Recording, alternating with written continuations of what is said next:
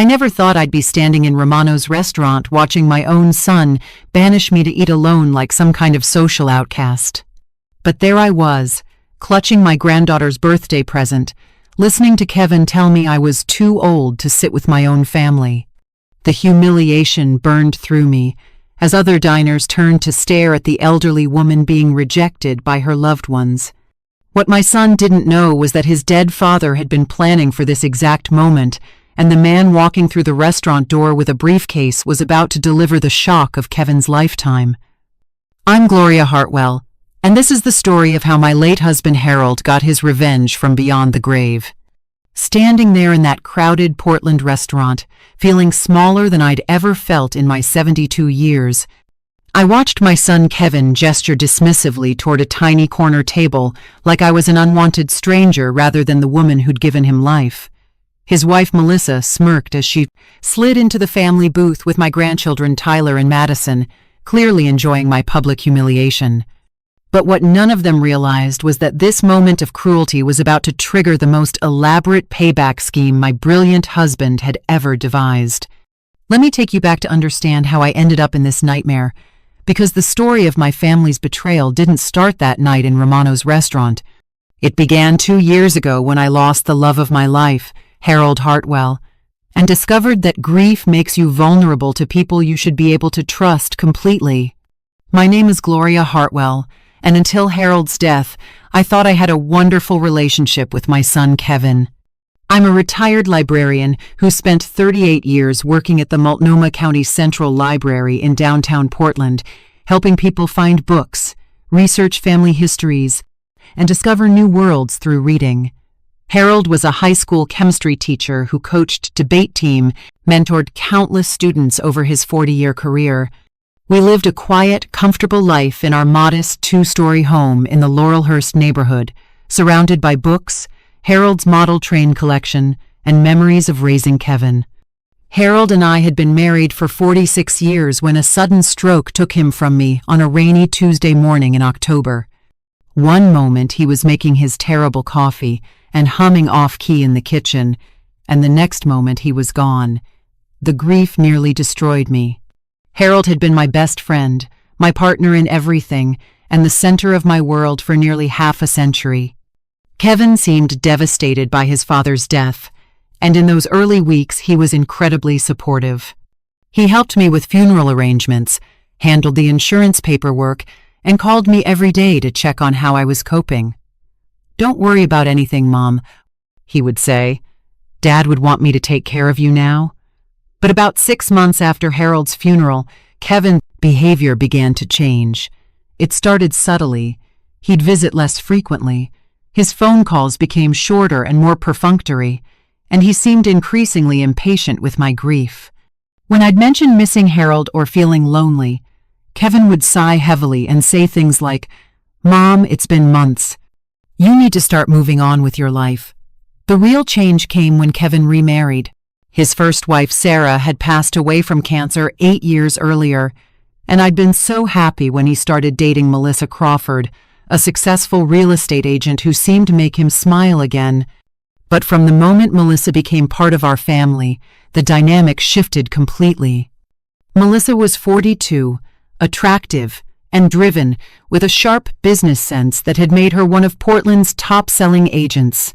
She was also cold, calculating, and immediately began viewing me as some kind of obstacle to her new life with Kevin.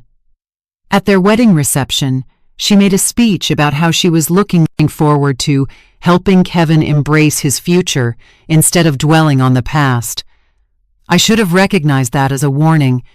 Within weeks of their marriage, Melissa started making suggestions about my living situation. "Gloria," she'd say with fake concern, "this big house is so much work for someone your age. Have you thought about moving somewhere more manageable? There are lovely senior communities where you'd have people to socialize with." When I explained that the house was full of memories and that Harold and I had always planned to stay there as long as possible, Melissa would exchange meaningful looks with Kevin. "Well," she'd say, "I suppose some people find it harder to let go than others." The isolation began gradually.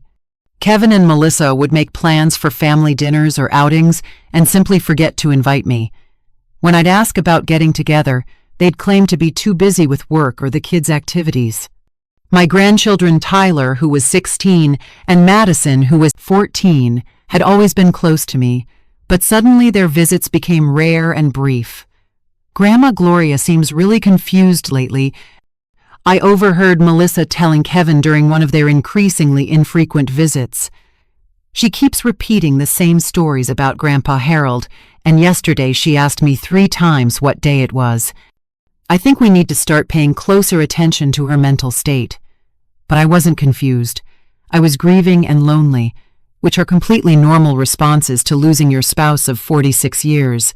However, Melissa had a talent for twisting my natural grief responses into signs of cognitive decline. If I teared up while talking about Harold, she'd whisper to Kevin about emotional instability. If I forgot some minor detail about their schedules, she'd shake her head sadly about my memory problems. The financial manipulation started about a year after Harold's death. Kevin began suggesting that I needed help managing my money, claiming that I was making poor decisions and might fall victim to scams. "Mom," he said during one particularly uncomfortable conversation, "Melissa thinks you should consider giving me power of attorney, just as a precaution, in case something happens to you." Harold had left me well provided for, with his teacher's pension, our savings, and the fully paid house that had appreciated significantly over the years. But Kevin made it sound like I was a confused old woman who couldn't be trusted to balance her own checkbook. When I refused to sign over financial control, Kevin became angry in a way I'd never seen before. "Fine," he said, "but don't come crying to us when some telephone scammer takes everything Dad worked for." Melissa's just trying to protect the family's assets. That phrase, "the family's assets," stuck with me. Since when were my money and my house considered family assets that Kevin and Melissa had any claim to?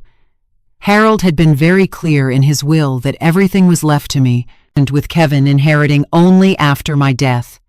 The emotional abuse escalated over the following months. Kevin would criticize everything from my appearance to my housekeeping to my social activities. When I joined a grief support group at my church, Melissa suggested that I was dwelling on morbid thoughts instead of moving forward. When I started volunteering at the library's literacy program, Kevin complained that I was doing too much and should be taking it easy at my age. The worst part was how they began treating me around Tyler and Madison. Instead of the loving grandmother I'd always been, I was suddenly portrayed as a burden, a source of worry, someone who needed to be managed and controlled. The kids, influenced by their stepmother's constant commentary, began to seem uncomfortable around me. "Grandma, are you okay?" Madison asked during one visit, her young face creased with worry. "Mom says you've been having problems remembering things." "I'm fine, sweetheart," I assured her.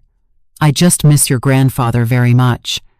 But I could see the doubt in her eyes, planted there by Melissa's campaign to make me seem incompetent and unreliable. The breaking point came 3 months ago when Kevin and Melissa announced they wanted to have me evaluated by a geriatric psychiatrist. "It's just a precaution, Mom," Kevin said, but his tone was firm and non-negotiable. "We're worried about your safety living alone, and we need a professional assessment." I realized then that they were building a case to have me declared mentally incompetent so they could take control of my finances and force me into a care facility. The thought terrified me more than I can express. I'd seen what happened to other elderly people whose families gained guardianship over them. They lost all autonomy, all dignity, all control over their own lives. That's when I remembered something Harold had said during his final illness, when he was worried about what would happen to me after he was gone. "Don't worry, Glo," he'd whispered while holding my hand in the hospital. "I've made sure you'll be protected. If Kevin ever treats you poorly, there are consequences in place." At the time, I thought he was just trying to reassure me, but now I began to wonder if Harold had actually planned for the possibility that our son might betray me. Harold had always been incredibly thorough and forward-thinking. It was one of the qualities that made him such an excellent teacher and father. Could he have anticipated Kevin's greed and Melissa's manipulation? I decided to contact Harold's estate attorney, Benjamin Cross, to ask about Harold's comment. Mr. Cross had handled all our legal affairs for over 20 years, and I trusted him completely. When I called his office and explained my situation, he asked me to come in immediately for a confidential meeting. "Mrs. Hartwell, Mr. Cross said when I arrived at his downtown Portland office, "Your husband was a very wise man. He loved Kevin deeply, but he also understood human nature better than most people. Harold came to see me privately about 6 months before his death, and he established what we call a conditional trust, specifically to protect you from the scenario you're describing." My heart started racing. "What kind of conditional trust?" Mr. Cross pulled out a thick file with Harold's name on it. Harold left Kevin a substantial inheritance, over $2 million in investments and savings that you weren't even aware of. He'd been building this nest egg for years, planning to surprise you both after retirement. But here's the crucial part. Kevin only receives this inheritance if he treats you with respect and kindness after Harold's death. I stared at him in disbelief. How would you even measure that? Harold hired a private investigation firm to monitor Kevin's treatment of you, Mr. Cross explained. For the past 2 years, investigators have been documenting Kevin and Melissa's behavior toward you, the isolation, the financial pressure, the attempts to have you declared incompetent, everything. I felt a mixture of grief and gratitude wash over me. Even knowing he was dying, Harold had been thinking about my welfare and planning for contingencies I couldn't have imagined. "What happens if Kevin fails this test?" I asked. Mr. Cross smiled grimly. "If Kevin mistreats you, and based on the investigators' reports he clearly has, then the entire inheritance goes to you instead. Harold wanted to ensure that you would have the resources to fight back against anyone who tried to take advantage of you, even if that person was your own son. But how will Kevin find out about this?" "That's where it gets interesting," Mr. Cross said. Harold specified that Kevin should be informed about the conditional trust only if he commits what Harold called a public act of disrespect toward you. Harold wanted to give Kevin every opportunity to change his behavior, but if Kevin humiliated you publicly, then the truth about his lost inheritance would be revealed in an equally public way. I left Mr. Cross's office feeling like Harold was still protecting me, still fighting for me even from beyond the grave. But I also felt sad that it had come to this, that my own son had become the kind of person his father felt the need to guard against. Over the next 3 months, Kevin and Melissa's treatment of me continued to deteriorate. They stopped inviting me to family events entirely, claiming that I made everyone uncomfortable with my grief and my erratic behavior. When I tried to visit my grandchildren, Melissa would find excuses to cut the visits short. "The kids have so much homework," she'd say, or "Tyler has practice and Madison has a project due." The final insult came last week when Kevin called to invite me to Madison's 14th birthday dinner at Romano's restaurant. But the invitation came with conditions that made my blood boil. "Mom," Kevin said, his tone patronizing and cold, "we'd like you to join us for Madison's birthday, but Melissa thinks it would be better if you sat separately from the family. You know how you sometimes get emotional when you talk about Dad, and we don't want to upset the kids on Madison's special day." I was so shocked I could barely speak. "You want me to sit alone at my own granddaughter's birthday dinner?" "It's not about sitting alone," Kevin said defensively. "It's about making sure everyone can enjoy the evening. You can still see Madison and give her your gift. You'll just have your own space where you'll be more comfortable." But I knew what this really was. It was a public humiliation designed to demonstrate how little respect my son had for me, and how completely Melissa had turned him against his own mother. It was exactly the kind of public act of disrespect that Harold had warned about in his conditional trust. So I agreed to come to the dinner, but not for the reasons Kevin expected. I agreed because I knew that this would be the moment when Harold's final gift to me would be revealed, and when Kevin would learn the devastating cost of choosing his new wife over his mother. That brings us back to Romano's restaurant on Madison's birthday night. I arrived wearing my best dress, the navy blue one Harold had always loved, and carrying a carefully wrapped present for Madison. I'd chosen a beautiful necklace with her birthstone, something I knew she'd treasure for years to come. The hostess greeted me warmly and was about to seat me with my family when Kevin stood up from the booth and delivered the words that would change everything. "Mom, you're too old to eat with us. Why don't you sit at that table over there?" The entire restaurant seemed to go quiet. Other diners turned to stare at the elderly woman being publicly rejected by her own family. I felt the blood rush to my face as humiliation washed over me, but I also felt a strange sense of anticipation. Harold's plan was about to unfold. I was still standing there, clutching Madison's present and trying to process the cruelty of my son's words, when I saw a familiar figure walking toward our section of the restaurant. Benjamin Cross, Harold's estate attorney, was approaching with a briefcase in his hand and a grim expression on his face. "Mrs. Hartwell, Mr." Cross said loudly enough for the surrounding tables to hear. "I'm glad I found you here. We need to discuss your late husband's estate immediately." Kevin looked confused and annoyed. "This is a private family dinner," he said. "Whatever this is about can wait until tomorrow." "I'm afraid it can't wait," Mr. Cross replied calmly. "You see, Mr.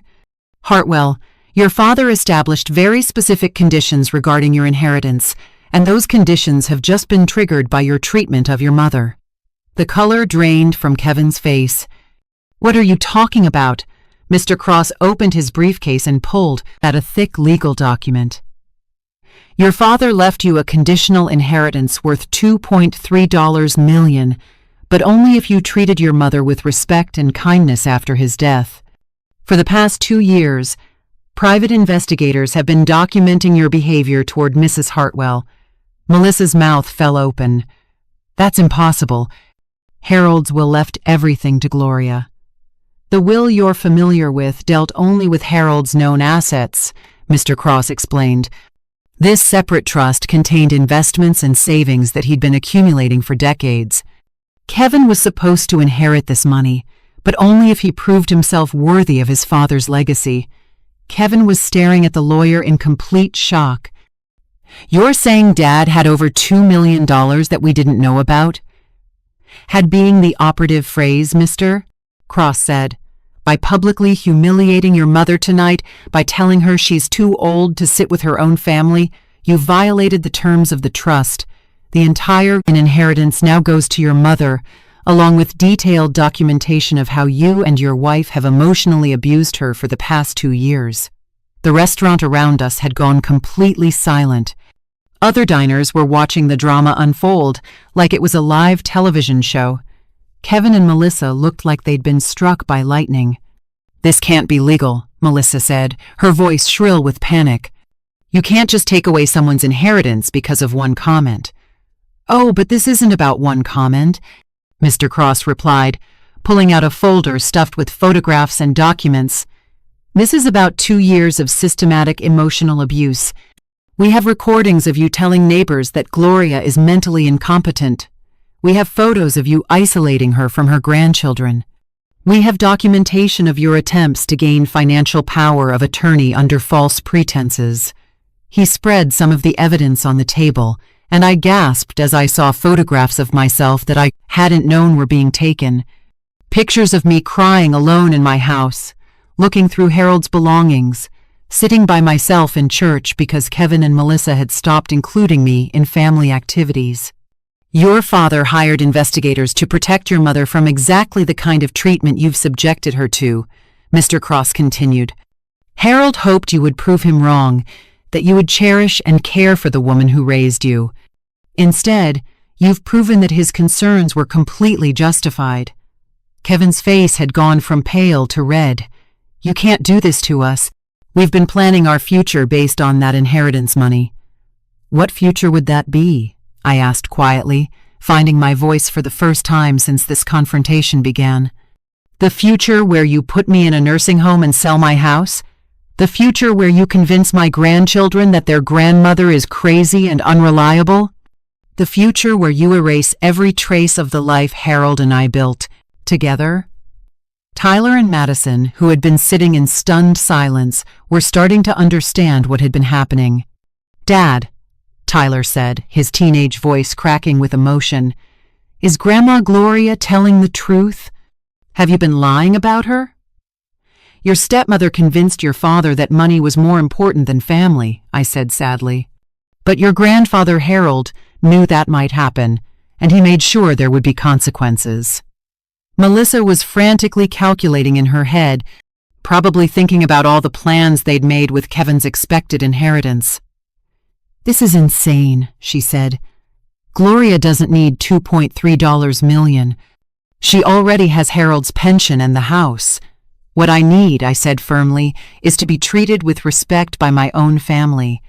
What I need is to not be humiliated in public restaurants because my son has decided I'm an embarrassment. What I need is for my grandchildren to know their grandmother as someone to be loved, not pitied or managed." "Mr. Cross was putting the documents back in his briefcase. "The transfer will be completed within the week," he said.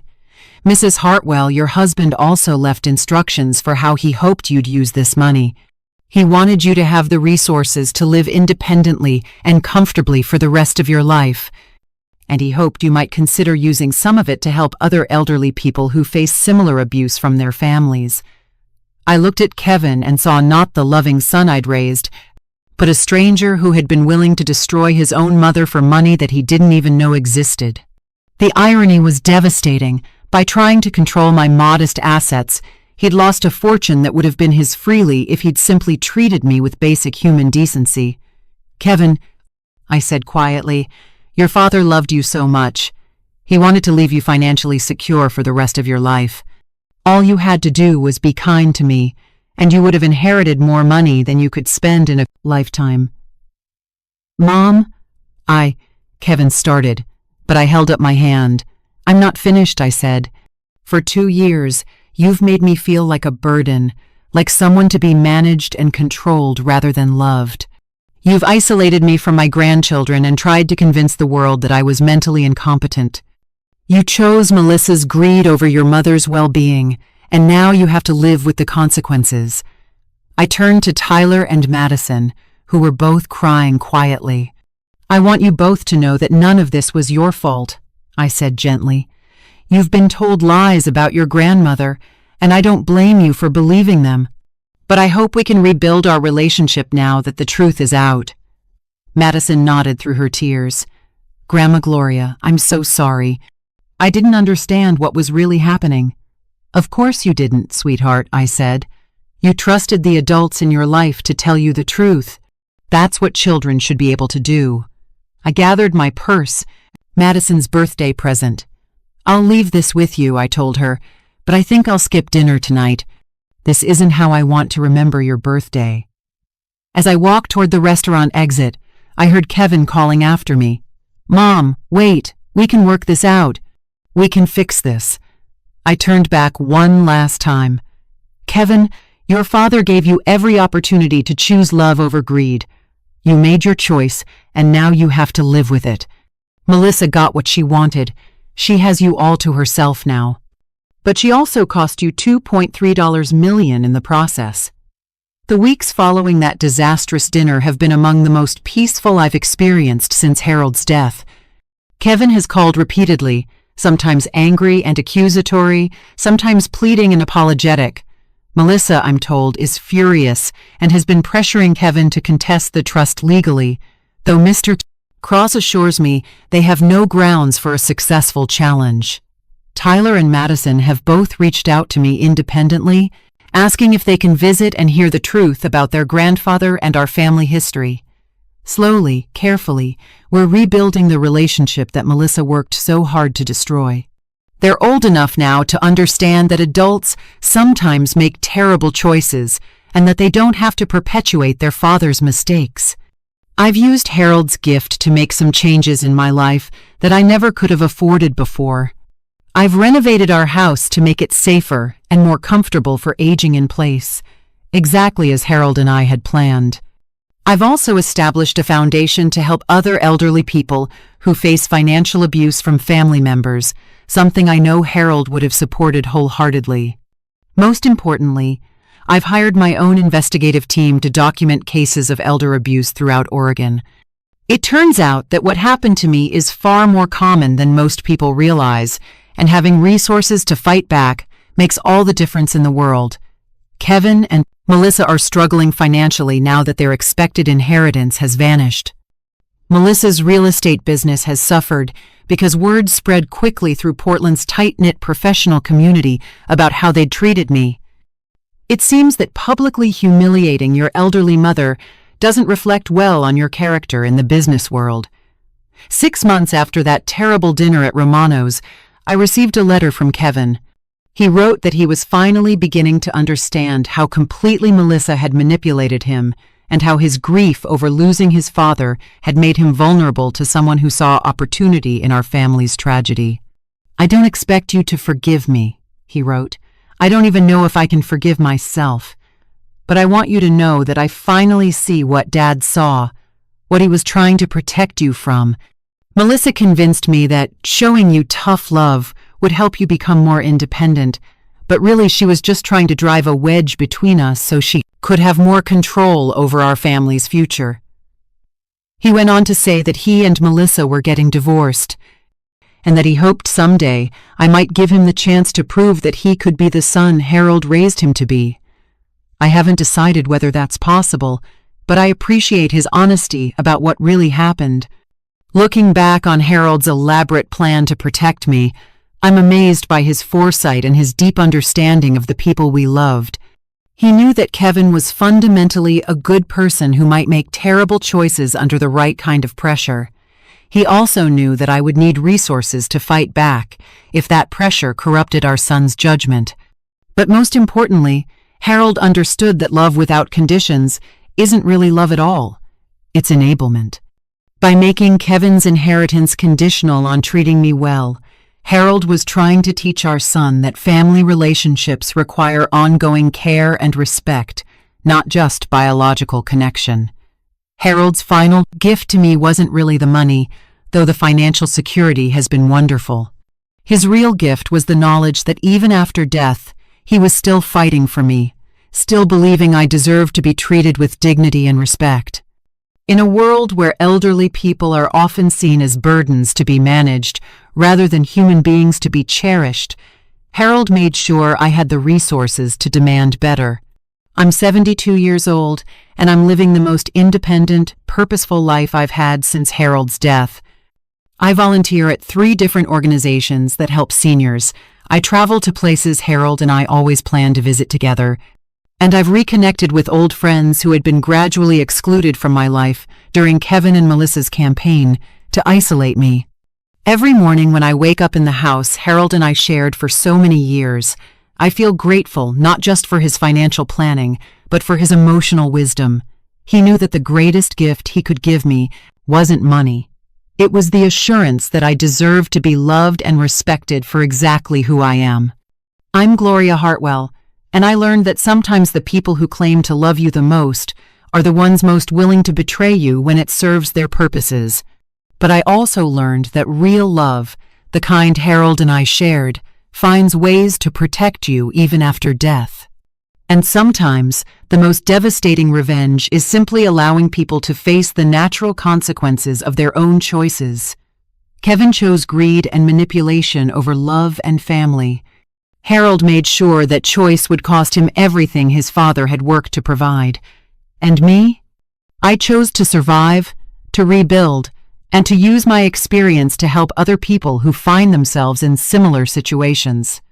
At 72, I'm finally free to be exactly who I want to be, surrounded by people who value me for who I am rather than what they can get from me. Harold's plan didn't just give me financial security, it gave me back my dignity, my independence, and my sense of self-worth. And that, I think, was exactly what he intended all along.